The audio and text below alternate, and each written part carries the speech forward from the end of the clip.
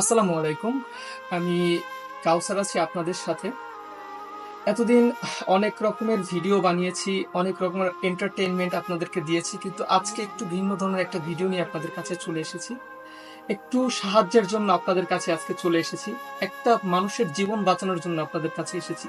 একটা ৭ বছরের শিশুর ভবিষ্যৎ নিশ্চিত করার জন্য আপনাদের কাছে এসেছি। আর একটা ছোট মেয়ে আছে, ওর ভবিষ্যৎ নিশ্চিত করার জন্য এসেছি।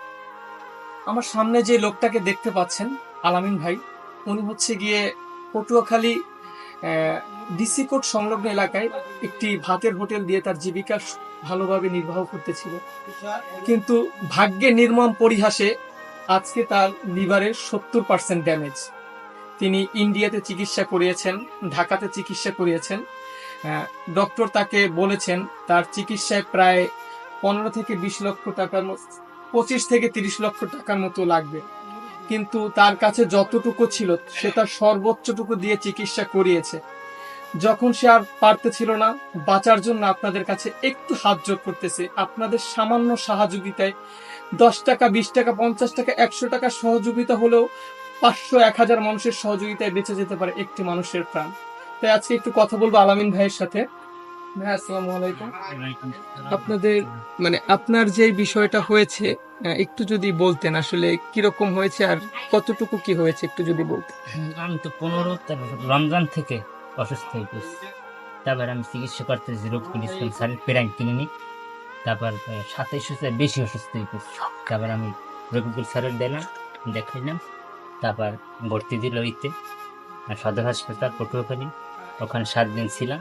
ওখান দিয়ে রফিকুল ইসলাম আমি ঢাকা ইন্ডিয়া সব দেখাই গিয়ে এখন আমার টাকার অভাবে চিকিৎসা করতে পারি না। আমি বাঁচতেছি, আমাদের অনুরোধ আমার সাহায্য করেন, যে যেখান থেকে পারেন আমার বাঁচান।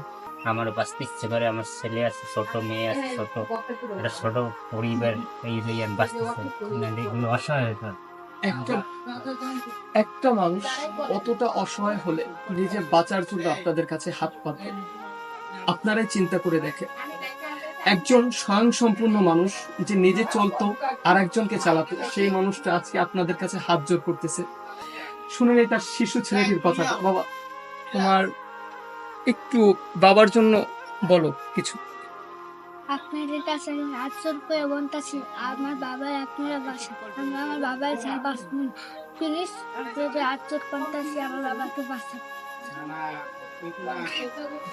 তাই আমিও ওর সাথে সাথে আপনাদের কাছে হাত জোর করছি।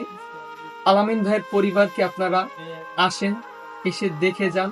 দেখে যাওয়ার পর যার যতটুকু সম্ভব আপনারা আলামিন ভাইয়ের পাশে দাঁড়ান।